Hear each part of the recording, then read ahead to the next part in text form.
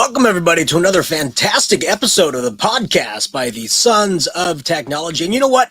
It has been a minute since we have posted an episode. We're going to talk a little bit about that as we go along. We're going to also be talking about social media, mainly Twitter, because that's where I got my feet dipped. My toes dipped into the pool of social media to really dive into what social media can do for me as a professional educator.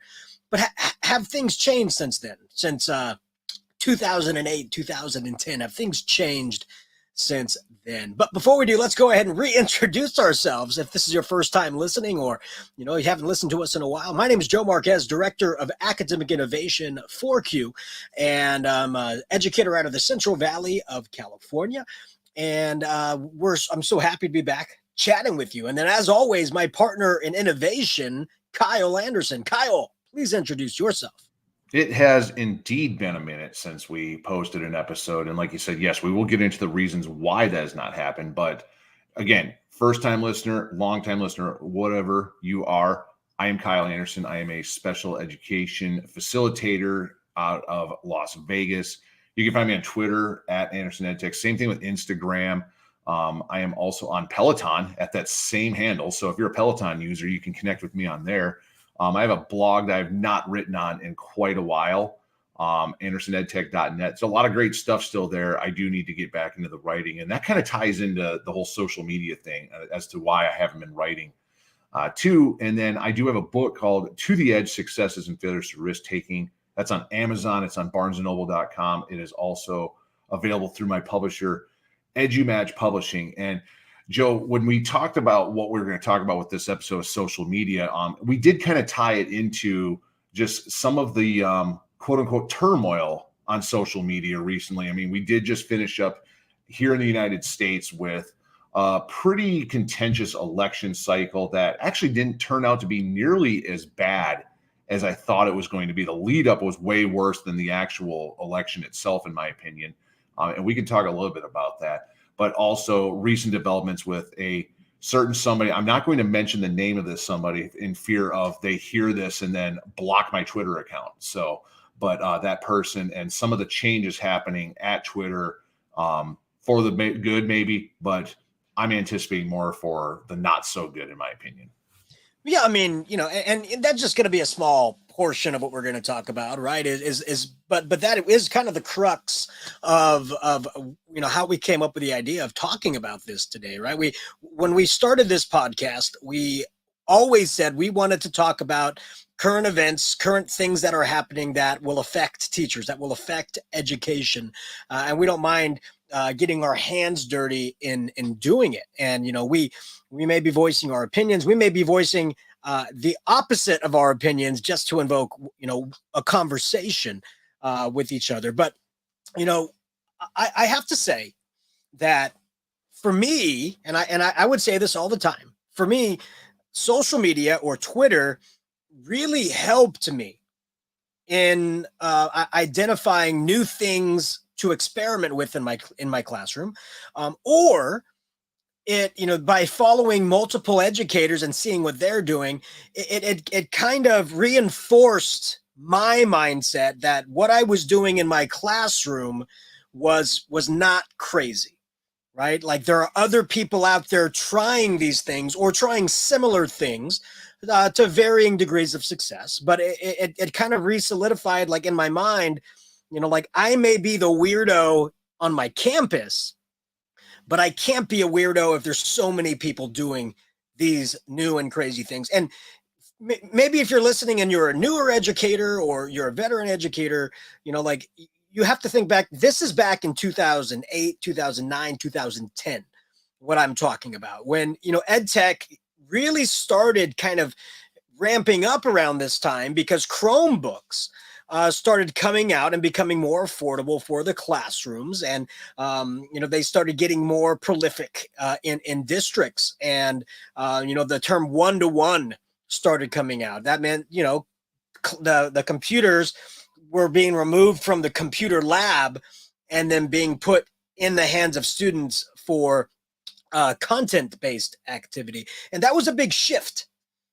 in the early days of ed tech, right? Instead of walking your class to the computer lab to learn this or that, you're giving the kids computers, giving the students computers, and teachers needed to know how to help to unleash that power, right? We didn't just want students to use them as a word processor instead of writing it out with paper pencil. We didn't want students to just use it as a research tool instead of having to go to the library. We wanted them to really harness the power of what a computer could do.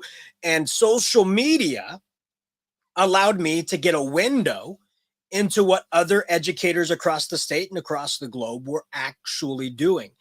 And so I feel at the very beginning, it was a community of educators sharing out what was going on in their classroom, sharing out, what they were doing or going through or changing or shifting, connecting it to SAMR or connecting it to ISTE standard. But they were sharing these things out and giving people ideas.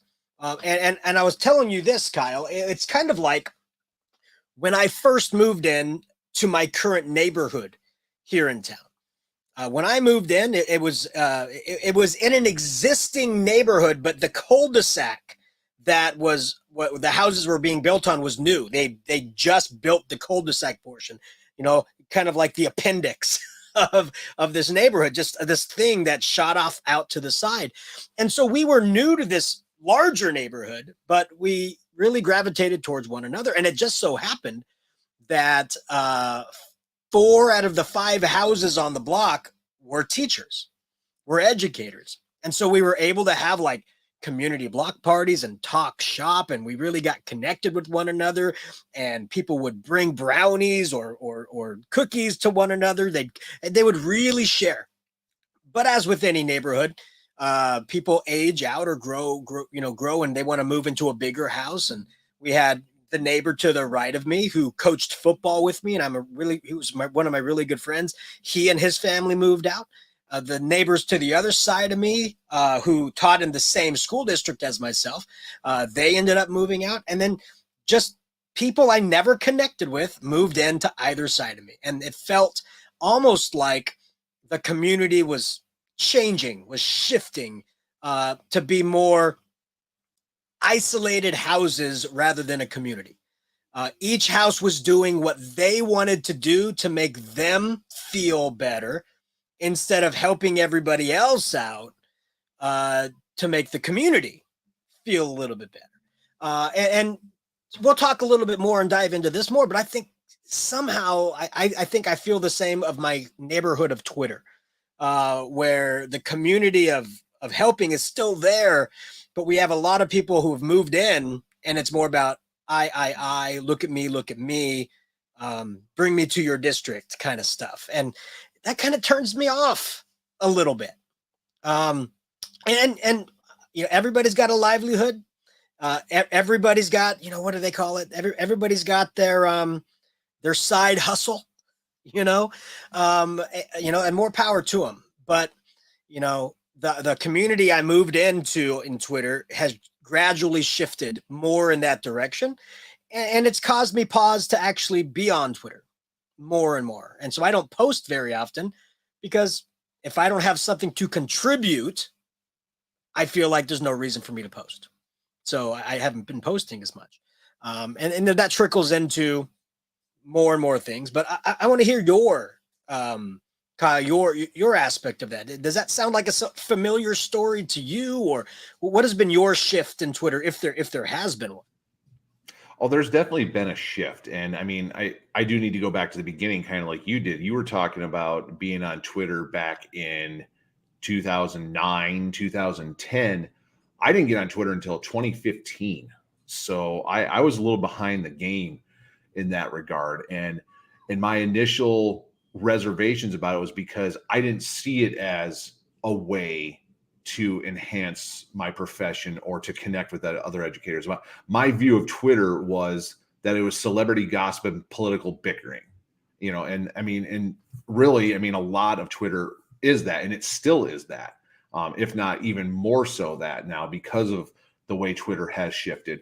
So I wasn't on it for a long time. I didn't see it as something beneficial to me. And I was on Facebook, and I still am on Facebook, but I mean, I've been talking for years about just dumping Facebook, but there's little things that I stay there, to keep those connections with family and friends from yesteryear that I don't have the ability to see on a regular basis or connect with in another way. And then for some aspects of connecting with other educators as well. So when I jumped into Twitter, though, finally in 2015, I realized that, like, you keep calling it a community. It was a community of people that I was not the only one trying to do a lot of those things, experimenting with different tech tools or different ways of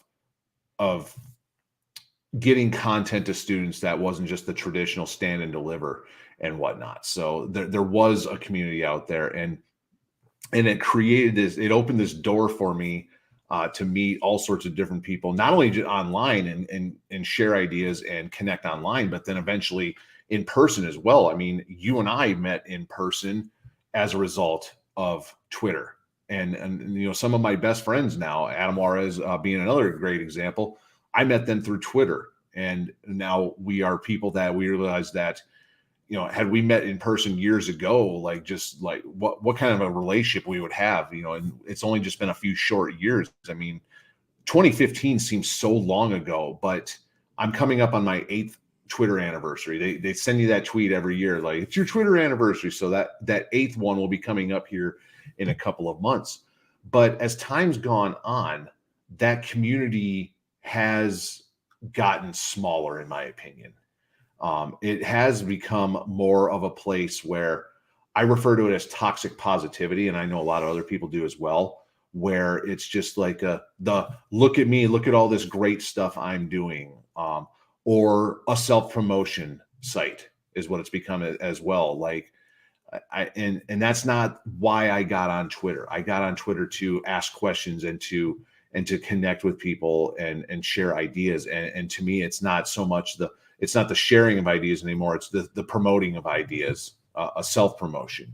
And we used to do Twitter chats. Man, I had my calendar, my Google Calendar. I had notifications set up for no less than probably half a dozen Twitter chats throughout the week to remind me, 15 minutes, half an hour before they were going to start, hey, you got this coming up. So I could jump on my computer and participate in these chats. And then, that's when I was using programs like TweetDeck, where instead of being on Twitter, like, you could set up the columns in TweetDeck to see the tweets coming in and then respond to them. And even setting up like auto tweets for yourself to participate in Twitter chats as well. So rather than having to spend the time doing the introduction, because all the Twitter chats always started with like, who are you? Where are you at? Tell us about yourself, blah, blah, blah. You would just have the auto tweet that, that like at 7:01 p.m., they're going to ask this question. So at 7:02, just have it automatically post and you don't have to worry about it. That way you can focus on responding to others and connecting with them. And then I would even host the Twitter chats every now and then, where I would have the questions auto post at certain times throughout the Twitter chat time. And then that way I could focus on interacting with people, responding to questions or commenting on things that they said. And it was so funny because you would get these engagement statistics on Twitter, and I'm sure they're still there. I haven't checked them in a long time, where you would see that during this hour, you tweeted 57 times or something. Like, it was something nuts. And I don't know if I've tweeted 57 times in the last 6 months, to tell you the truth now, because I just like it's never been about likes or interaction, but when I don't, the way the algorithm, I don't know how many people really see the stuff I'm posting now anyway. So it's one of those deals where, like, I just don't know how much I'm really being an influence on Twitter now at this point. And again, it was never about likes, but I could post something really, really thoughtful and in my opinion, really useful and get absolutely no reaction whatsoever.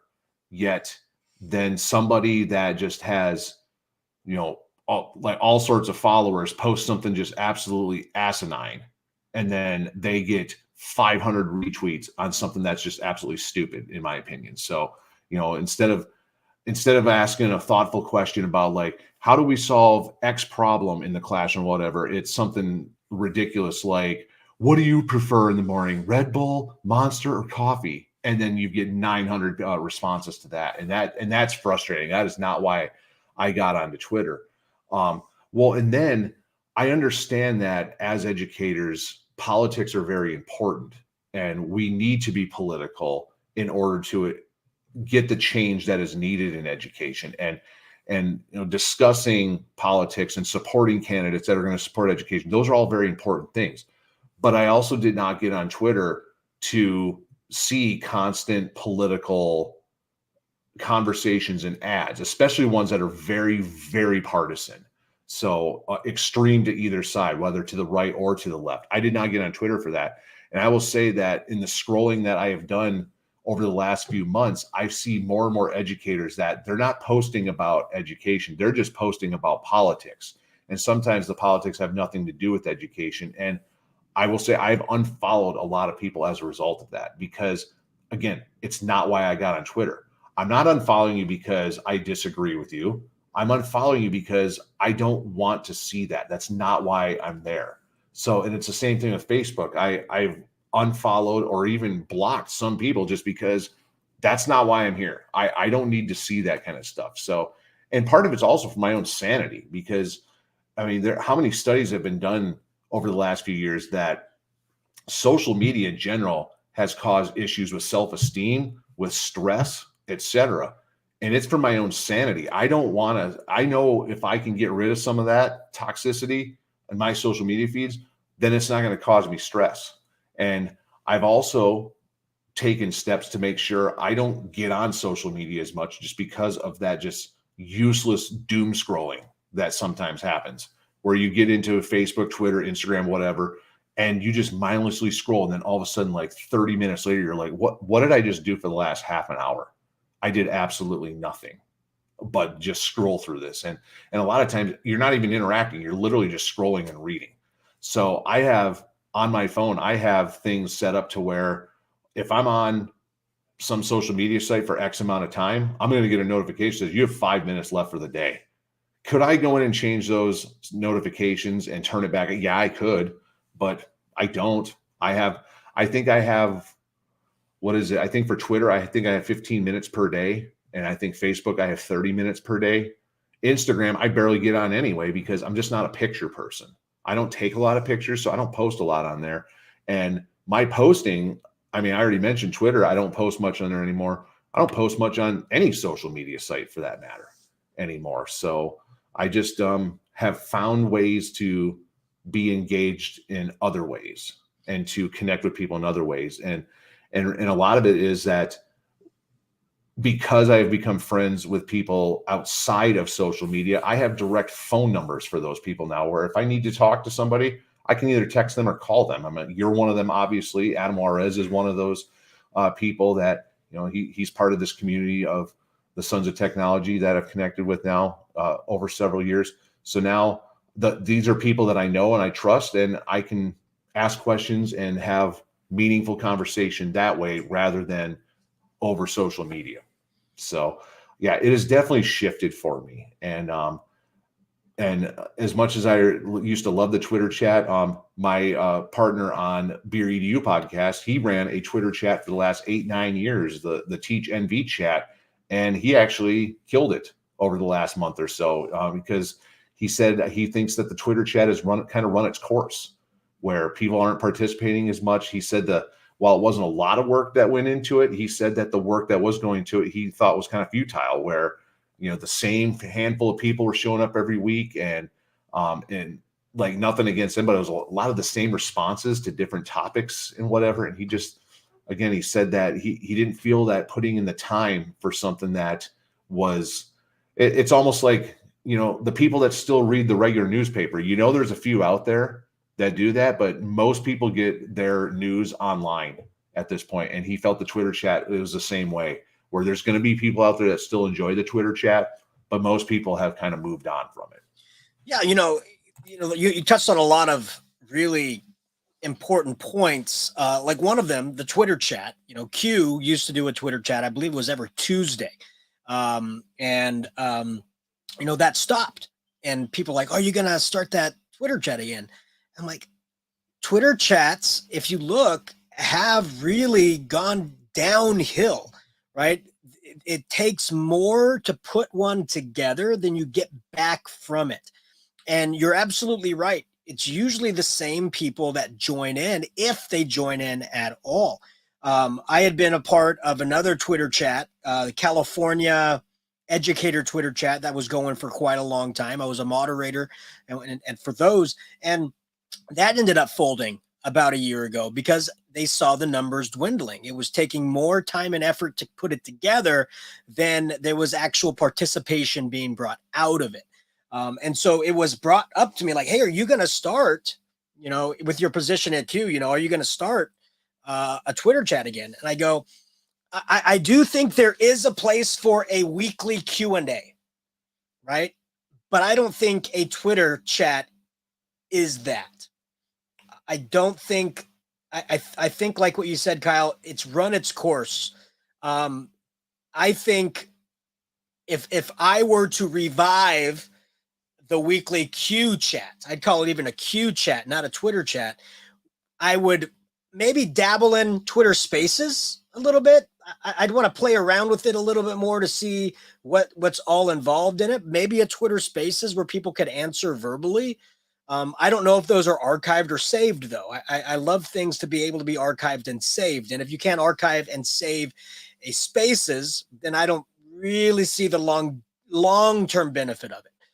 Then I was thinking, well, why not a StreamYard, right? Where, you can have the live conversations and you can even, like if somebody asks a really good question, you could find out where they're at, send them a direct message. Hey, you want to join us and ask that question live, and maybe have like a pull from the audience kind of a deal. Or I was actually thinking something of a hybrid, right? Because I have a Rodecaster here. So I was wondering if I could start a Twitter Spaces on my phone, Bluetooth my phone audio into the audio of the StreamYard, and then have people ask questions that way and then archive it. So there's a lot of things that I've been thinking about, but not bringing back a Twitter chat. That's the least of what I was thinking about. Because we really have to admit to ourselves that communication and availability of information has evolved, especially in the last 10 years. And if we continue to try and push for the way we connected and did things together 10 years ago without evolving, well, then, we're kind of taking away from, our warrior call, our calling card of, you shouldn't be doing the same thing in your classroom that you were doing 10 years ago. You should have evolved, right? So why are we still trying to rest on the same things we were using previously? And I think that is where, for me, maybe I don't want to say Twitter has run its course, but it's changed to the point where I don't get out of it what I used to. So I have to look elsewhere. And then also, working with Q, we use a posting platform called Hootsuite, where we can post to multiple platforms at the same time to make sure we're getting the information out to all the places people may be. They even just added a TikTok, so I'm thinking to myself, maybe I should look into doing some quick TikToks for Q, kind of a deal. But the interesting thing about that is Twitter, they give you an analytics dashboard, like the success rate of your post in all different platforms. And Twitter is consistently the lowest. It's consistently the lowest in actionable getting out of what you're putting into it. The highest has been Instagram. I think I've seen a lot of educators go more towards the Instagram than the Twitter. And I think it's because there is no word limit on Instagram. And if you're associating, it doesn't have to be a photo. It can just be an image that you've created and posted on Instagram, right? And so maybe almost the same kind of post you would do on Twitter, but you would move into Instagram, right? The only difference with Instagram is there's no re-instas or anything, like, and I don't know how those things get, but we are getting the most interactions and the most clicks on our links. Well, you can't click on links, but the most interactions through the Instagram. And then the second one, of course, is Facebook. And personally, I don't like touching foot in Facebook at all. But I think educators are gradually looking for different ways to interact, a different experience than Twitter proper, for a lot of the reasons we've talked about. Yeah, and you mentioned some of these pitfalls of the various platforms. Like Twitter has its limit on the amount of characters, but I don't necessarily see that as being a problem, because sometimes you'll see sometimes where there'll be a tweet and then you'll see where someone has typed in there one of X amount of tweet, and like you end up reading this whole thread. It's like 15 separate tweets and whatever. It's like that could have been a Facebook rant at that point. So yeah, you don't have the character limits on Instagram, but then again, like you mentioned, you don't have the ability to click on a link in Instagram. I believe you have to put the link either in your profile or some other way. So that's a limitation there as well.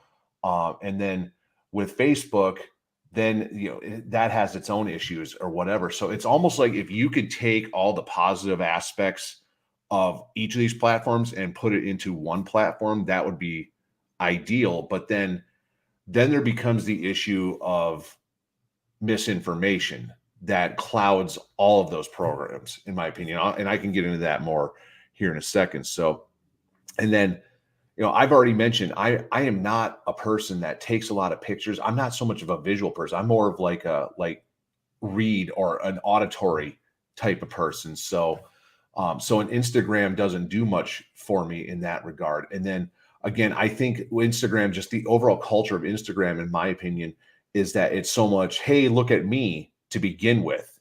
So whereas, when Twitter used to be where you could post something asking a legitimate question or trying to gather some ideas or whatever, Instagram doesn't have that. To me, it's more of a promotional tool. And, we use Instagram for the Beer EDU pod to just put stuff out like, hey, we got a new episode. So, I mean, I'm guilty of it too, just putting out a promotional thing. But I don't necessarily word it or imply it when I put it out there, like, ooh, look at us or whatever. It's just more of like hey, we got a new episode. If you want to check it out, go check it out, kind of a thing. So, and then TikTok, to me, I don't watch a lot of videos. A lot of people have the whole where they'll fall into the rabbit hole of YouTube, where they'll sit there for an hour mindlessly just watching videos. And TikTok has become the same thing.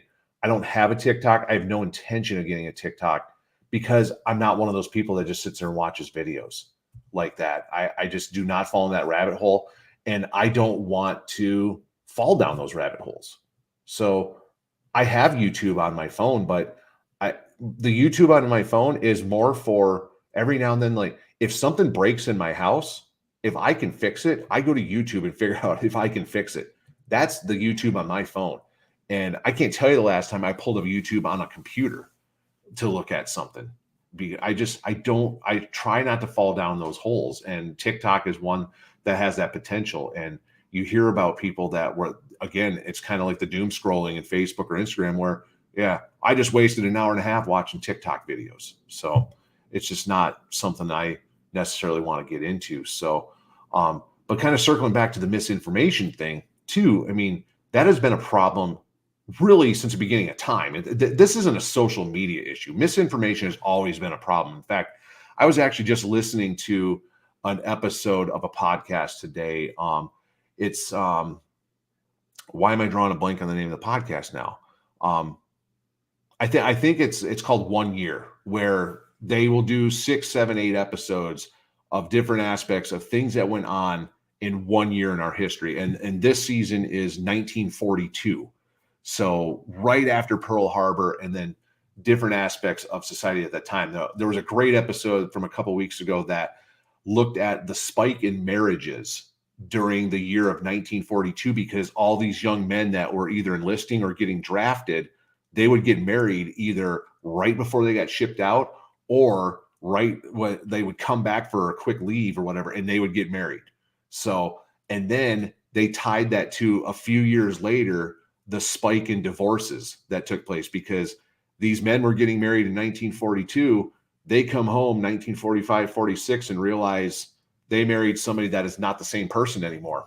And now all of a sudden they're getting divorced. So that was interesting. But the episode that I listened to today was about the misinformation and propaganda campaigns on both the Allied side and the Axis side during that year. And the focus of the episode was all of the misinformation that an American who basically, he was an embassy worker for the United States stationed in Berlin when the war broke out. And he basically sold out and then started working for the propaganda minister of Nazi Germany, and then doing this radio program that was just feeding lies into the American public and whatever, and how that was such a major issue. Well, so, I mean, that's just an example that misinformation is not new. Social media is rife with misinformation, but it's not a new concept. It's just in a way that is more accessible to more people. So my fear right now is that it's already a major issue. And now the new CEO, the new owner of Twitter, has expressed multiple times that they want to be a bastion of free speech on Twitter. And right off the bat, as soon as he purchased it, you've got all these people that testing the waters. Are we going to get moderated and have our stuff blocked? So now they're just throwing stuff out there left and right. And I think Twitter is now going to become it's going to become even worse than what it is now, because in the name of free speech, this person's not going to moderate anything, and it's just going to become worse. And while my Twitter feed, I don't see a lot of that stuff because I've carefully curated my stuff. And if I see any inkling of that coming from anybody I follow, I unfollow them. And if it's really bad, I block them, because that is not why I'm on Twitter. But not every Twitter user is like me. And there are some people where they fall into that trap of believing a lot of that misinformation, and then they continue to spread that misinformation. Facebook's the same way. I have either unfollowed or blocked people on Facebook because of the traps they have fallen into with misinformation, and that's not why I'm there. I don't necessarily think you're a terrible person because you believe certain things. There are some things where I do think you're a terrible person if you believe them and promote them, but that's not why I'm on social media. But that's not everybody, and I believe that, like you said, you don't necessarily think that Twitter or social media in general has run its course, but it has definitely changed since I was a prominent social media user. I mean, things change over time, right? The way that information is put out changes over time. Social media has proved that. The problem is, a lot of people see on social media a statement, and instead of taking it as opinion, they take it as either fact or news. And the problem with social media is anybody can say anything. The cool thing about social media is anybody can say anything, right? So free speech is a double-edged sword. You have to make sure, though, that speech, I would say, especially on social media, that speech is labeled. It needs to be labeled as opinion, or it needs to be labeled as news. And this is what I'm saying to you here, is I was posed a question. And I think the person who posed this question is probably going to be listening to this podcast. But he posed this question. He goes, what's the difference between the new owner of Twitter purchasing Twitter and Jeff Bezos purchasing the Washington Post? I don't know why nobody was up in arms about Jeff Bezos purchasing the Washington Post as much as everybody's up in arms about this person purchasing Twitter. Well, I tell you, the difference is, in journalism, there are rules. There are rules, there are libels, there are fact checks that have to be proven, that due diligence was taken effect, and they have to label articles as either opinion, meaning this is somebody's opinion, and then the others are reported news articles based on facts. The papers have to do that. It doesn't have to be done in social media or on Twitter. Correct. And to kind of piggyback on that too, even the websites that tend to lean one way or the other, they still abide by those rules as well for the most part. So some news organizations, I'm throwing up air quotes here, okay, they do not do that, and that's not considered news at that point. And I love that chart that comes out every year that kind of shows where these news organizations fall on the spectrum or whatever. And your most credible ones, AP News is the one that I tend to stick, because that is straight middle of the road. That one's always right in the middle, and then you'll see the other ones as well. So I apologize for interrupting that, but I just wanted to throw that in too. Oh no, but what I say is, truly, how many people read the Washington Post? How many people read their Facebook feed every day, right? I guarantee you there are more Americans that get their news from their Facebook feed than they do from the Washington Post. More individuals who get their news from their Twitter feed than another news organization. And the majority of that news that they get is the titles. They don't actually go in to read the article. They read the clickbait. Right. But they don't click. Right. And so they're getting these sound bites or word bites, and they think that's news. And that's a problem. And here I want to go back to some of the changes being made to Twitter right now that could be detrimental. And I people, can correct me if I'm wrong or voice their opinions on if I'm being overly critical of it. But one of the things that was special at Twitter was that blue check mark. Now, people are like, that's just for elites, or, that's just for celebrities, or, the blue check mark is meant not as a status symbol, but it's meant to identify, hey, if something comes from this, person or entity, it's not to say that it's true or anything. But it came from that person or entity. Like, it's a verification. It was, because you and I could have gotten a blue check if we wanted to. Well, so we couldn't. Here's the reason. No? Okay, because I was under the impression that I could get a blue check previously. So maybe enlighten me on this. Yeah. So a blue check is meant to be for people of stature, meaning if somebody faked this account and said something that it would destroy the career of this individual, or it would cause a panic because of the information being put out there. For example, if somebody pretended to be Barack Obama and they got a blue check mark next to it, people would say that was Barack Obama. He's got a blue check mark. It's been verified. It's been vetted.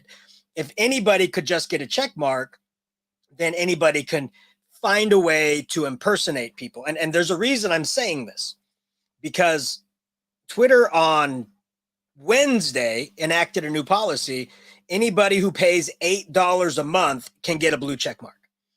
And so an 18-year-old college kid went on and created an account as one of ESPN's top NFL news analysts, and put that guy's name as the name, and then put his handle as the guy's name, and then in the number 0, and then T, so not, right? And then in the personal part of that, it says, this is a parody account. I'm not really this person. But it doesn't show that on a tweet. It shows the person's name and the check mark. And he went on and said, Josh McDaniels, the head coach of the Raiders, has been fired. Then he said LeBron James is demanding a trade from the Lakers. And then he went on and said Justin Fields from the Bears has been suspended for promoting anti-Semitic beliefs. And people are retweeting this, thinking it is that analyst from ESPN who has a verified, vetted check mark.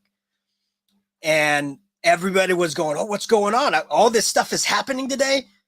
Because of the blue check mark, they thought it was a verified account, meaning they took what that person was saying as truth, because the real person who has that check mark is pretty reliable when it comes to information being broken about sports. That actually is one of the reasons that that whole program was shut off, because this kid proved it's not a reliable way to get a blue check mark by paying, because more and more of this is going to happen. Yeah.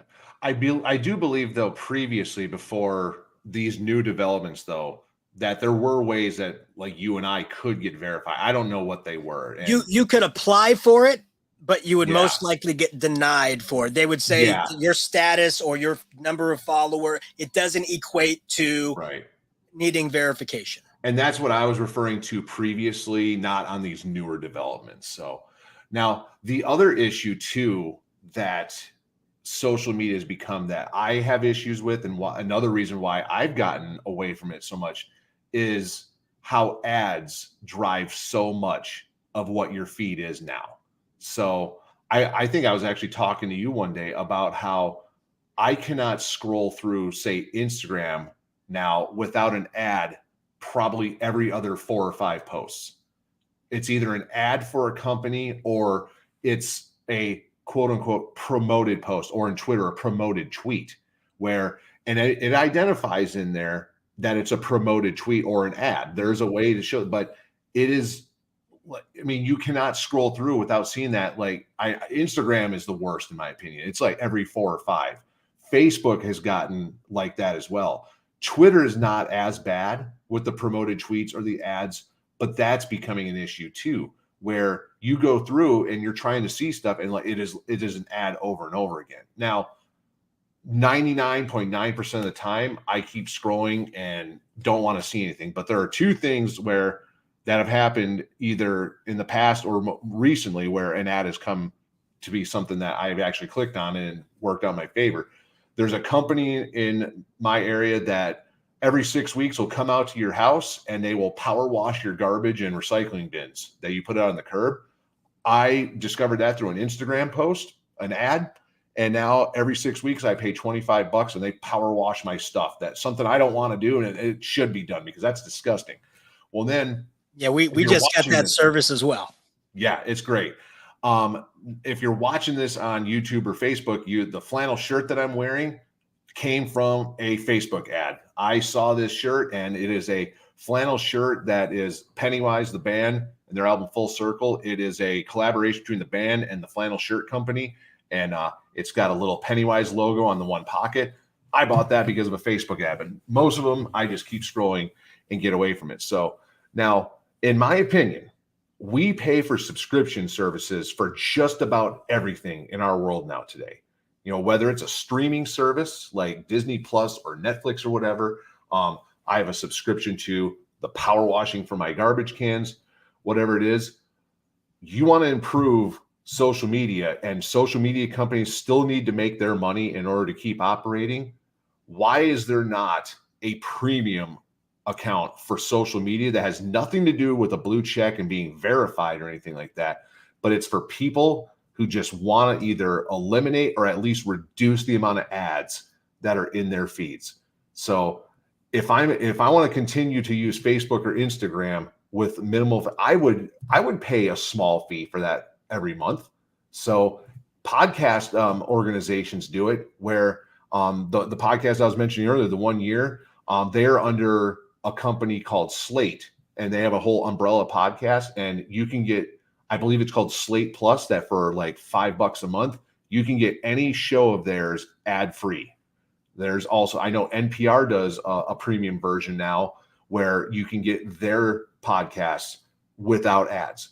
So if podcast companies are doing it, if social or streaming services are doing these premium accounts without ads, why can't social media companies do it too? And I believe that would really truly improve the social media experience, because you're not going to see all the ads and you're not going to see all the promoted tweets that, well, frankly, some of them are just ridiculous. So I have a certain look about myself. I am a white male.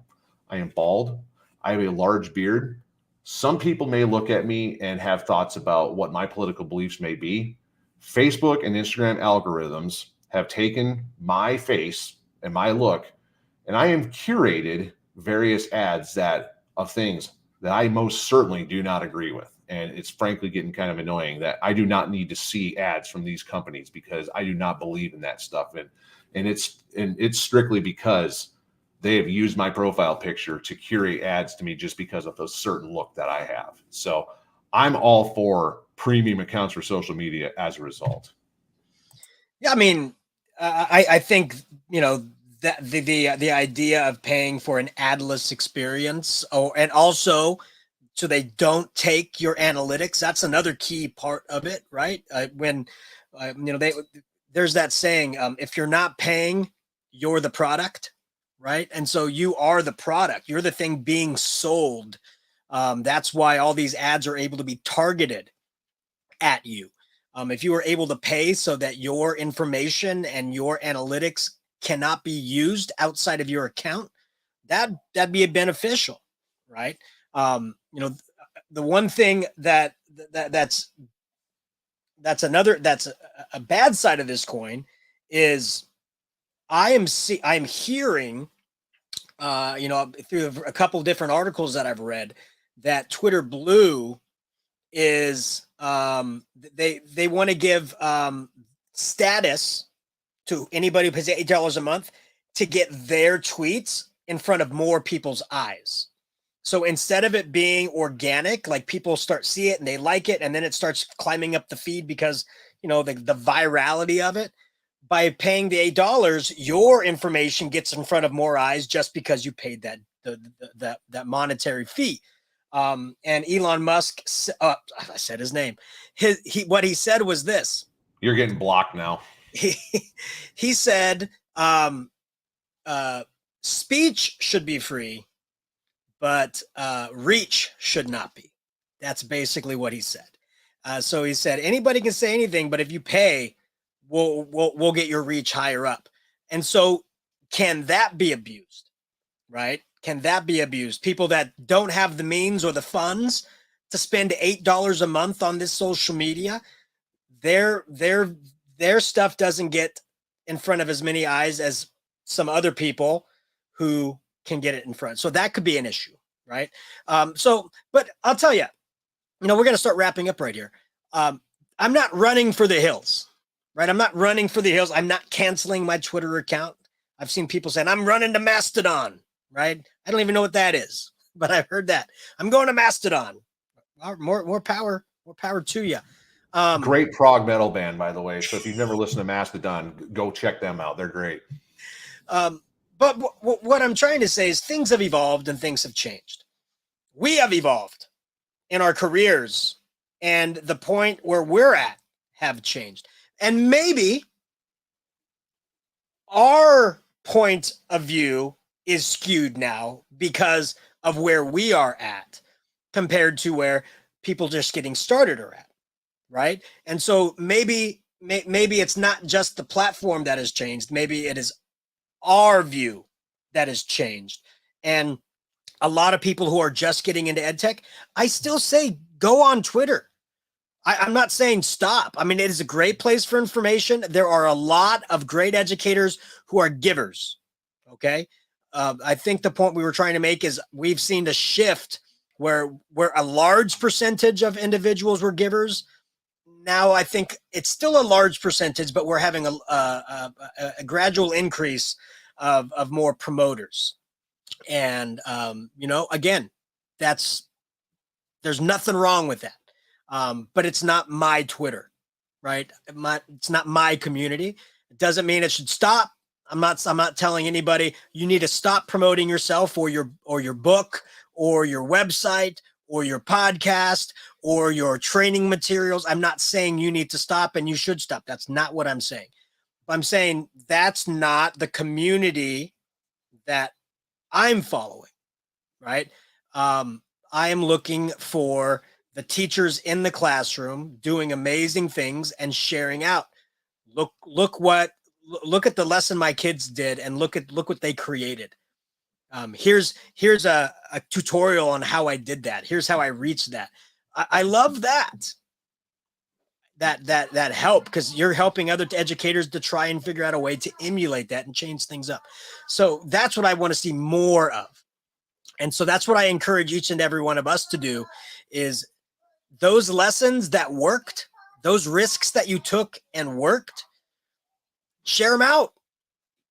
Write a blog post about them, share them out. That's not self-promotion when you're showing something that you tried and created and did, and you just want to share it with the community. Share it out, write that blog post, but lay out, I had difficulty at the beginning. I think that's another thing about social media.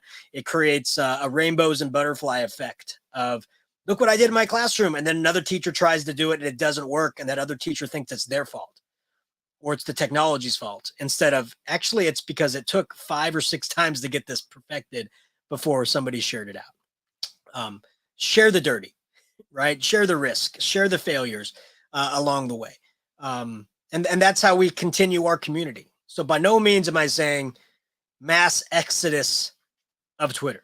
By no means am I saying you're doing wrong if you're promoting yourself, your book, your website, your podcast. By no means am I saying that. But what I'm saying is intermingle it with things that will help the classroom teacher, so that you are adding to the community of growth instead of other things. That's all I'm saying. Kyle, any closing statements before we wind this down? No, I think you said that very well. And same thing. I'm not shutting my stuff down. I take things with a grain of salt. So I try to be a critical thinker about things. So that's my biggest thing that I would encourage listeners to do as well. So don't take everything that you see on social media as the gospel. So, and that it's something that's set in stone. It's the absolute truth. So, question things. But at the same time, though, when questioning things, question things using fact and not just letting things in your own mind and your belief system and your opinions to skew those things. So that's my biggest suggestion there. So, and again, with the self-promotion stuff, yeah, it's one thing to, if you have written a book, to occasionally throw something out there about your book and how it could potentially be beneficial to somebody. But when that's all you tweet about, that turns some people off, myself included. But again, if that's your thing, that's your prerogative at the same time. So I think this has been a really great conversation about social media, and I would love to hear thoughts from listeners as well. So please connect with Joe and I both on the socials. Connect with Sons of Technology EDU, Sons of Tech EDU, excuse me, on Twitter. Hashtag EdTech Army. Share out with us and your thoughts on things that we talked about today. Yeah, and I'd also love to hear your thoughts, everybody, on what should the Twitter chat evolve into? What are some of your ideas to continue the discussion of community, but in a different way? What are your thoughts? What are you doing to move beyond a Twitter chat? Where have you gone? What do you do?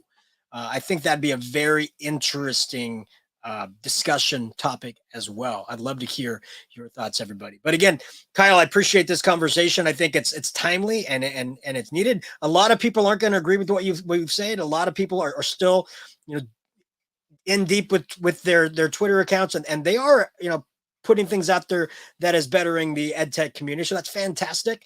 Again, maybe the point of view that Kyle and I have is because we're outside the classroom at this moment. And so we have a different view, right? And so everybody's going to have a different view. Some views will be skewed based upon your place in your career. So I understand all of those things. I just thought Kyle and I would love to be able to say that. And Kyle, I just realized right now it is 11:11 at 11:11. So I think this is a good time to stop at this time.